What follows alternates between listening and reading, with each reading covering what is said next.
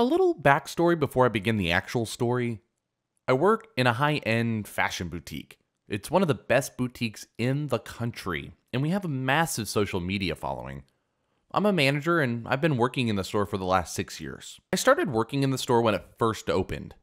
I came to the US after finishing my degree in business studies. I was working for an IT company, but I quit shortly after realizing it wasn't for me. My boss was freshly out of her college after completing her degree in design. I met her accidentally, and she asked if I wanted to work for her. The pay was low, but I had enough savings. I thought I would give it a try just for fun, but as time passed, I loved working with her and I never thought of leaving again. This incident roughly happened a week ago. The boss had an interview with a magazine and I was busy in the store helping with clients. One of the assistants, let's call her Gia, she came and told me that there was a new client who wanted to check out our latest collection. I asked her to handle the client, but she took one deep breath and said, "She asked me if my eyes were open and then laughed. I don't want to deal with this today. Please, manager." My assistant is from China, in case you were wondering. She's a second-generation citizen, but she still had to deal with casual racism like this. I agreed and told her to take care of some other things. When I walked in the room, I saw a woman in her 60s sitting on the couch.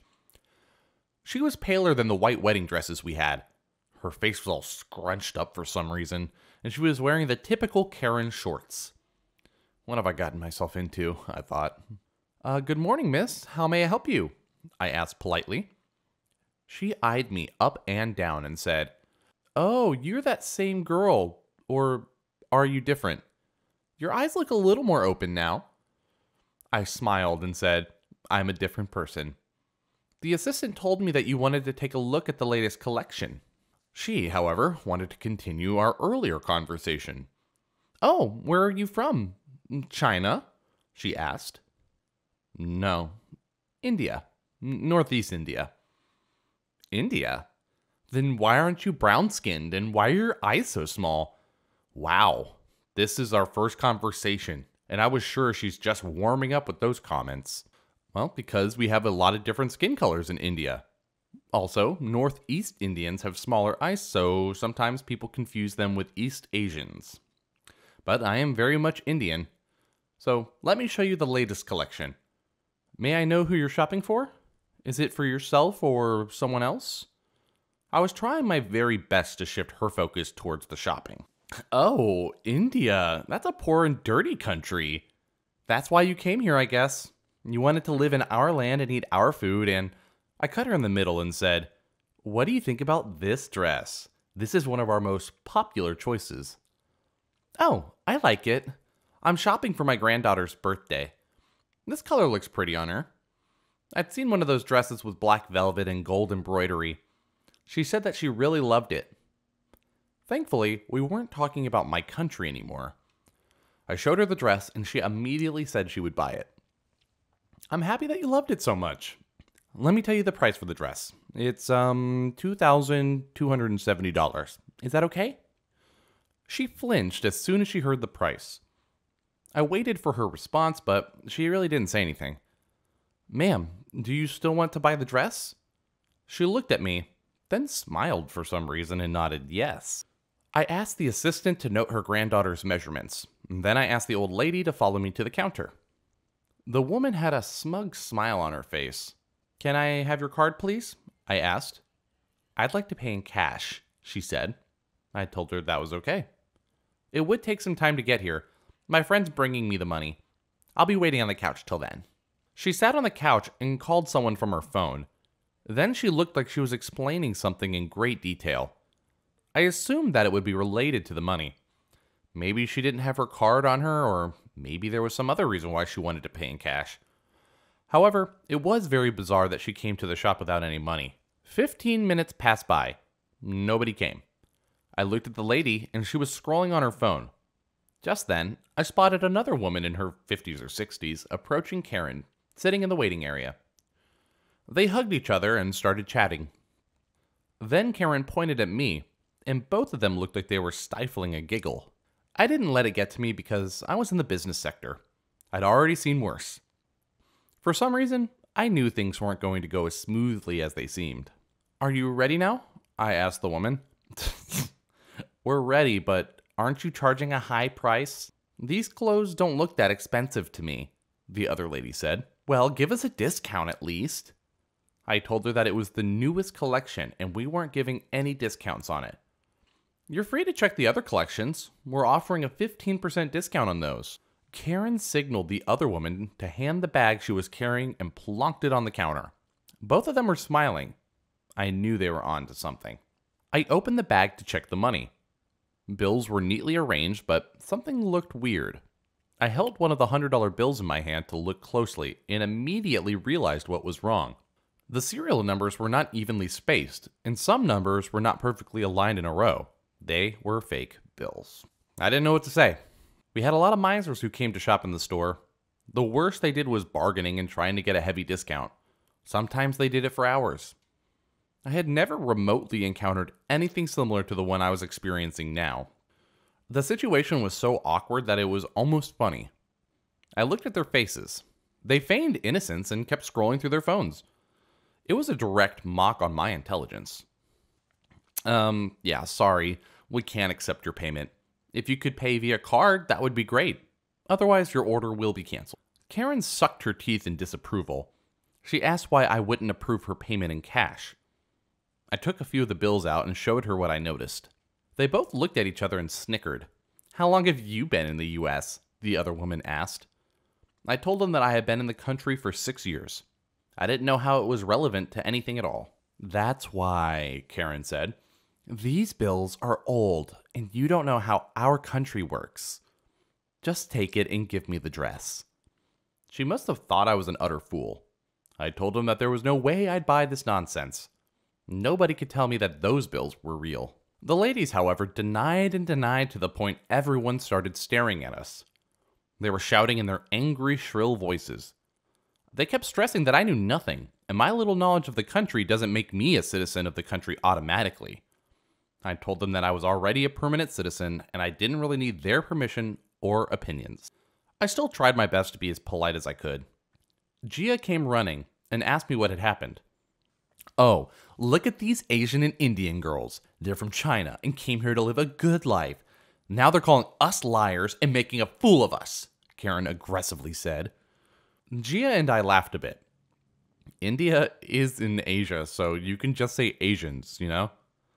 The other woman rambled about how I didn't know any geography and that Asia and India were two different countries. I was trying hard not to burst into laughter. I told them that if they didn't leave, I would call the security and cops. Nothing scared them. Karen claimed that I was stupid and the good woman, my boss, only hired me because she was kind to the ungrateful and poor. At this point, Karen was just making her own stories. It was amusing, honestly. Karen's friend warned us that we would pay heavily if we didn't give her the dress. I told her that they won't be entertained here anymore, and if they wanted to buy a dress, they could go and search in some other shop. "You're from a poor country, a dirty country. India, you say? They are so uneducated, and they don't have any manners. Go back to your country, both of you. These bills are real. Just because you lived here for some years doesn't mean you know the rules. You should just obey me. I am American. A real American. And if you don't respect me, you don't live in my land. If I tell you this money is real, you obey me. If I tell you to give me the dress, you obey me. My country, my rules. You don't get a say in this if you want to keep living here, you filthy morons." I had a lot to say. If I would have started talking, I would have made sure to not let them go until they cried their eyes out. Thankfully, my boss arrived just at that moment. Taken aback, she could only stare at them open-mouthed. She asked me what was happening, and I briefed her on everything. My boss was a fierce woman with a short temper. She immediately called the security guards and the cops. And then she took the bag and threw the money on their faces and asked them to never show their faces in the store again. How could you betray your own? They're just filth. How could you? My boss flipped her finger and told them how much she cherished us and how I was the mind behind the business. We'd been best friends, and there was no way she would let some racist shop from her store. The cops arrived in a few minutes. The boss told me that the old women weren't removing themselves from her store and were harassing her assistants verbally. The cops asked the ladies to follow them out at once. The women spit on our floor and twisted their faces to tease us. Just then, Karen slipped on her own spit somehow and fell on her face. Her nose was bleeding a little. Everyone started laughing, even the cops. Instant karma. She hid her embarrassed face and hurriedly ran out of the store. After that incident, we banned both of the women forever from the store.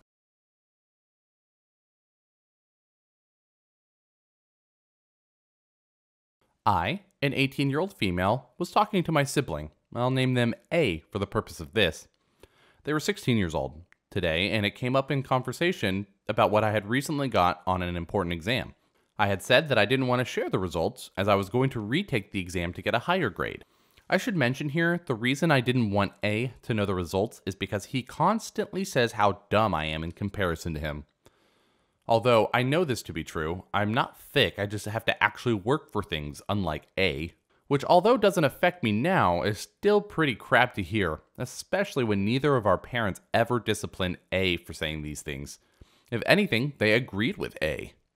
But due to the fact that this kid has never heard the word no, and has been completely favored and spoiled by our parents, this was not good enough for A. This led to a 30-minute argument about how I'm secretive due to the fact that I didn't want A to know what I got. Then, because A was having what I would call a tantrum over me not telling him, my mom told him my result without my consent, while I was just telling her how I didn't want her to tell other people. I then continued the argument by asking A in what ways am I secretive. The main example, and there were only two, being that I don't want to tell the people I live with my passwords. Like, how entitled do you have to be as a 16-year-old to think that this is normal to know your siblings' passwords? Especially as in our country, I'm legally seen as an adult. I could understand more if I just sat at my parents' house all day and did nothing, but I work and I go to college full-time, and I've been doing this since I was 15, in comparison to A, who's never even had a job. This is also not the first time this argument, and each time I am always blamed. Like, instead of teaching your kid that privacy doesn't exist, if your family teaches them that it's okay to have privacy, TLDR. Entitled 16-year-old thinks that it's their business to know what I, an 18-year-old, got on exams and thinks I should tell everyone I live with my passwords. Not completely sure if this is the right community, so sorry if it's not. Edit/update. Hi, I just want to thank you all for the support, rewards, and advice on this post. I've never really been validated on this topic, something I've had to deal with all my life. Tonight, the same argument took place. I took some of your advice and ignored A. This partly worked. He tried to agitate me, and of course, no repercussions for my mom who watched this take place. When my dad came home, A and my mom brought this topic up again, and I was labeled as causing issues for being secretive. I also brought up the password issue, and A tried to say that he never said this, even though my mom was there, and even when the original argument took place.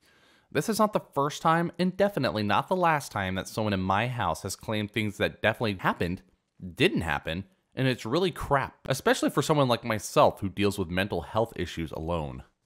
Some people also said to see if I could block my parents from being able to see my grades. I've spoken with a trusted teacher, and she is going to find out if this is possible. I will update you when I find out. If you have any more questions, feel free to ask. Once again, thank you.